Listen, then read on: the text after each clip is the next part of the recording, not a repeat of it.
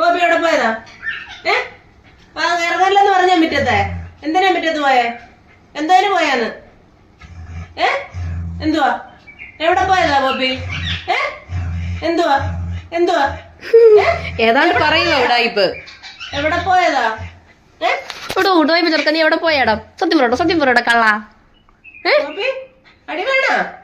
വേണോ അടി? വേണോ അടി? വേണോ അടി? വേണോ?